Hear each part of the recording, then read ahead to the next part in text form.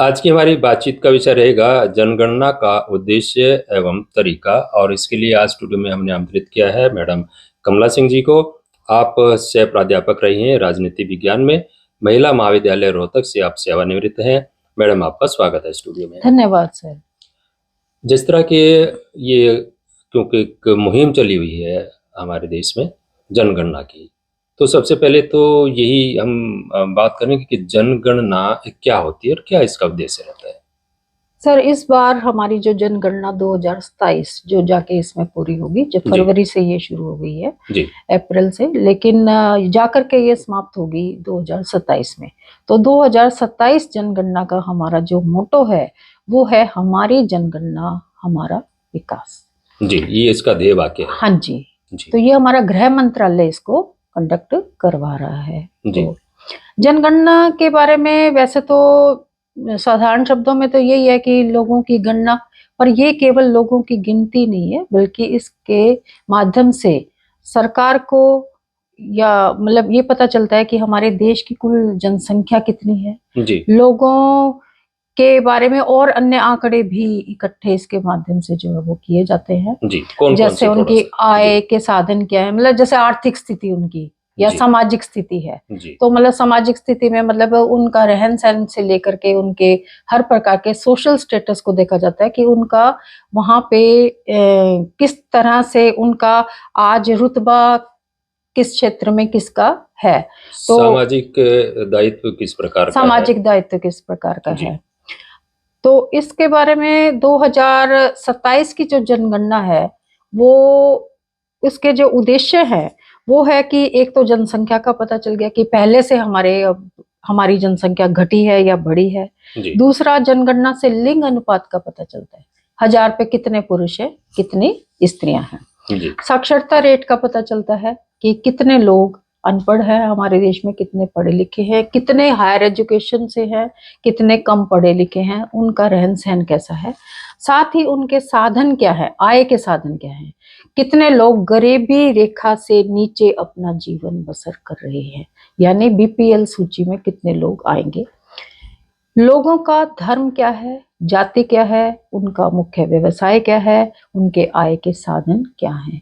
ये इस तरह से इस जनगणना के दो प्रमुख वो स्तर हैं। पहली सूची जो है वो अप्रैल से शुरू हुई है और इसके अंदर उन्होंने अप्रैल से लेकर के और सितंबर तक ये जनगणना करेंगे, और दूसरी सूची में ये करेंगे आपके फरवरी 2027 में ये आयोजित की जाएगी। पहली सूची में जनगणना मकान देख करके ये मालूम करना है, उनके मकान देख के, कि कितने लोग कच्चे मकानों में रह रहे हैं और उनकी छत भी किस प्रकार की है। कंक्रीट से घर बनाया गया है, कैसा फर्श है, उनमें टाइल्स का प्रयोग किया है या नहीं किया गया है, या गोबर से लिपा हुआ फर्श है। परिवार के सदस्यों के मुकाबले में कमरों की संख्या कितनी है, ताकि जीवन यापन अच्छी तरह से वो जी रहे हैं या पता चल सके कि एक कमरे का मकान है और उसमें 5 लोग रह रहे हैं, तो क्या उनके लिए पर्याप्त जगह है उनकी।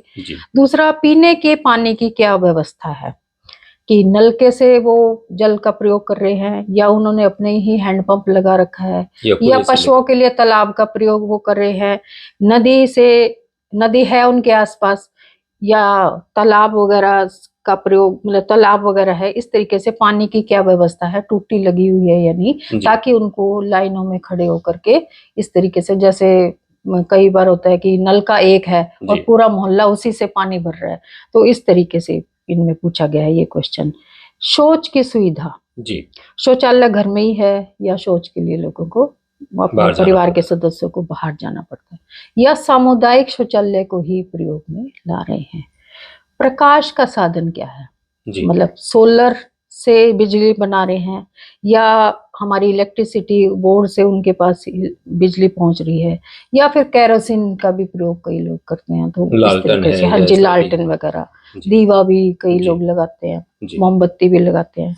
स्नान की सुविधा, मतलब निजी बाथरूम है या सामूहिक बाथरूम में स्नानघर बना हुआ है। हाँ जी, स्नानगृह। कई बार होता है कि हमारे जैसे इकट्ठा ही सबके लिए एक स्नान गृह होता है, जी तो वहां पे जाकर के नहाना पड़ता है। इस तरीके की समस्या का ध्यान में रखें। खाना पकाने का ईंधन कौन सा है? जी एलपीजी सिलेंडर, जैसे हमारे गैस प्रधानमंत्री, का जो हाँ जी, नरेंद्र मोदी जी ने बहुत ज्यादा एलपीजी पर ध्यान दिया, तो घर घर एलपीजी पहुंच गया है। लेकिन उसके बावजूद भी क्या वो लोग गोबर गैस का प्रयोग कर रहे हैं या लकड़ी का प्रयोग कर रहे हैं या किस चीज का है? तो इस तरीके से इसको भी इसमें रखा गया है। घर में रेडियो है या ट्रांजिस्टर है?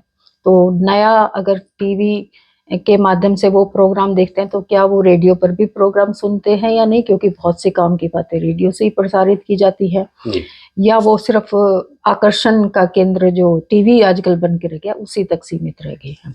इंटरनेट सुविधा, भाई बच्चों के पास या जो हेड ऑफ द फैमिली है, जो परिवार का मुखिया है, क्या उसके पास मोबाइल है, वाईफाई है और घर में वाईफाई की सुविधा उपलब्धता है है या क्या? नहीं है, उपलब्धता है या नहीं है? जी साइकिल, भी गाड़ी आपके पास है लेकिन क्या आप साइकिल का भी प्रयोग करते हो सैर के लिए? करा बाजार से सामान लाना तो उसके लिए भी कर सकते हैं। जैसे आजकल बहुत ज्यादा अभी ईंधन की, इसकी तेल की बचत की समस्या हो रही है, जी तो अभी मतलब सब लोग जो उन्होंने अपने साइकिल भी निकाल लिए हैं, बाइक भी निकाल लिए हैं, जी तो जी कार है तो मतलब पूल करके जा रहे हैं वो ऑफिस में या किस तरह से ये है, या अपनी निजी कार है, जितने सदस्य क्या उतनी निजी कारें हैं उनके पास, इस तरीके से ये है। सबसे बड़ी बात है कि आज हमारा देश कैसा अनाज खा रहा है, जी उसमें आता है भाई वो गेहूं वहां पे ज्यादा होता है तो वो गेहूं का ही प्रयोग कर रहे हैं या मक्का का प्रयोग कर रहे हैं, बाजरा, चावल उनका मुख्य आहार है मछली के साथ या कैसे भी, जो इस तरीके से अनाज का है।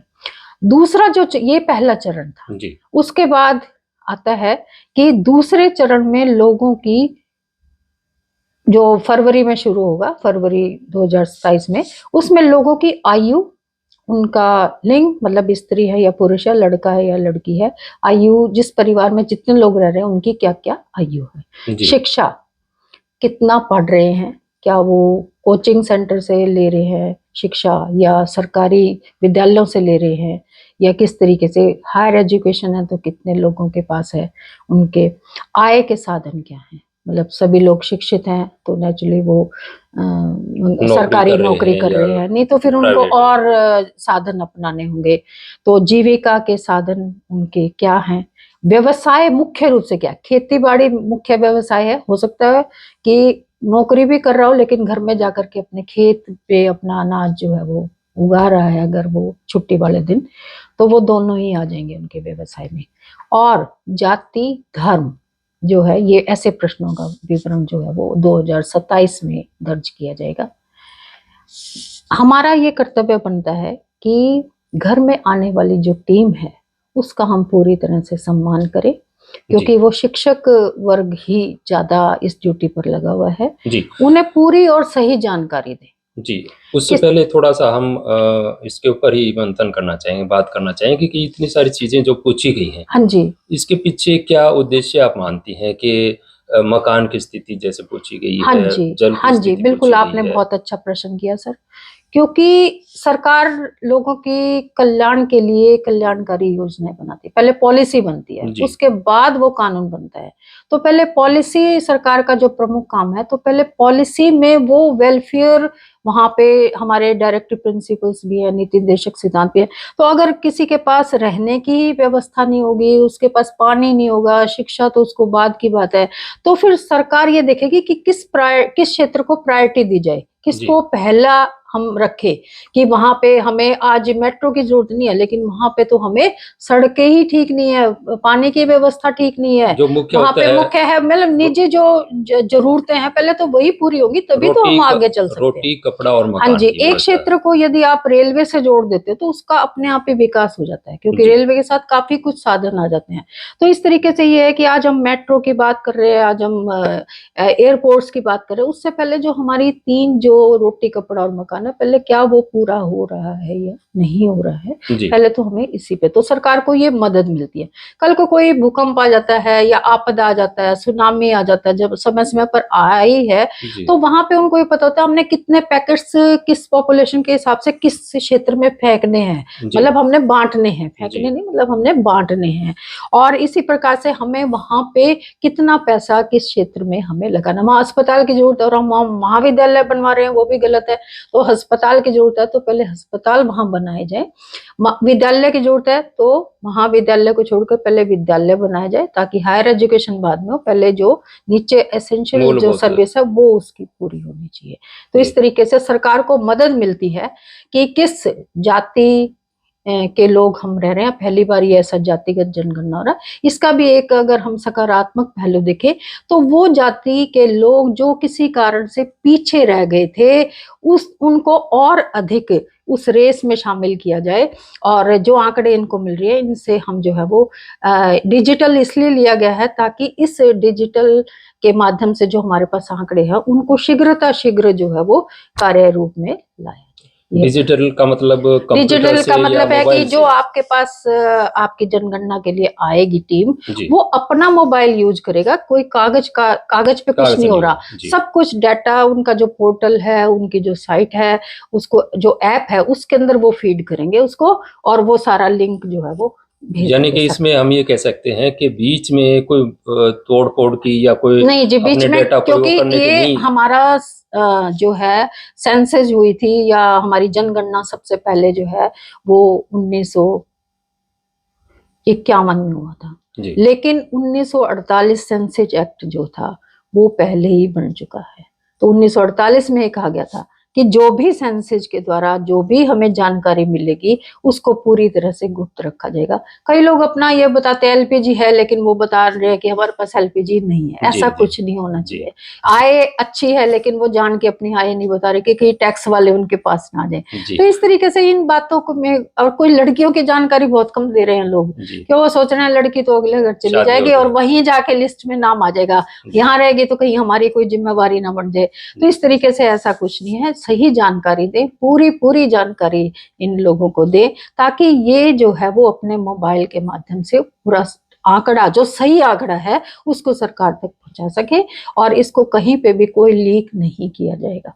यानी कि कम भी नहीं बताना है और कम भी ज्यादा नहीं भी नहीं बताना है। बताना, ज्यादा भी नहीं बताना हाँ कि हम मतलब आए हमारी 50 रुपए अपना और हम स्टेटस बता रहे हैं बढ़ाने कि के 100 लिए रुपए, हाँ जी, अपना जी ये भी नहीं कि अपना स्टेटस के लिए आप दिखावे ये के कर दो कि लड़के की शादी अच्छी जगह हो जी जाएगी जी हमने लुक तो।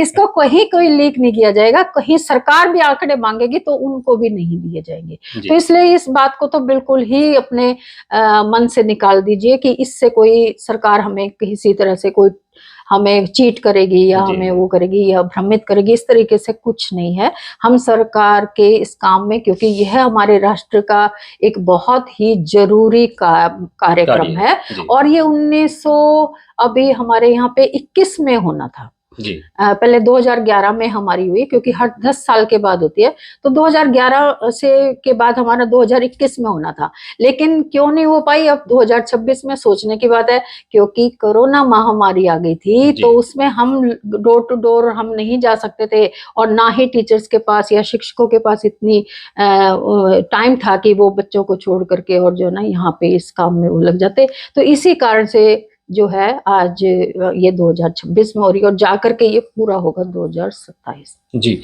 अच्छा, एक बात और है कि जो जनगणना करने आएंगे उनके लिए उनके पास कोई हाँ विशेष जी, हाँ जी, ये कोई नहीं है कि कोई परिचय शरारती तत्व पत्र आकर के वैसे ही डाटा आपसे इकट्ठा करना शुरू कर दे, ऐसा कुछ नहीं है। जी बल्कि जो जनगणना वाले आएंगे उनको प्रॉपर पहले ट्रेनिंग दी गई है, उनको किट दी गई है, पूरी जी कैप दी हुई है जनगणना उस विभाग से, जो डिस्ट्रिक्ट लेवल पे हमारे डीसी उसके इंचार्ज होते हैं, जी और एसडीएम जो है वो मेन उनका नोडल सारा ऑफिसर कोऑर्डिनेटर होते जी हैं। जी तो उनके गले में पूरा आप चेक कर सकते हो कि उनका वो देख करके ही, जैसे मैं हमारे घर में आए तो मैंने देखा था जी कि आप अपना आई कार्ड एक बार दिखाओगे, तो उन्होंने सारा दिखाया, जी उस पर मोहर देखनी है मेन, तो क्योंकि वो तो बनवा भी सकते हैं कहीं से, जी जी लेकिन उस पे स्टैंप लगी होनी चाहिए सरकारी विभाग की तरफ से, वो उनके पास होनी चाहिए। तो हम अपनी उनको हम अपना हमें ना उनको भी आधार कार्ड आपको नहीं देना है, ना जी ही कोई आईडी देनी है, कुछ उनको नहीं देना है। वैसे तो वो मांगेंगे ही नहीं, लेकिन अगर मांगेंगे भी तो आपको ये सब कुछ नहीं देना, वो तो अपने मोबाइल में ही सब कुछ फीड करके।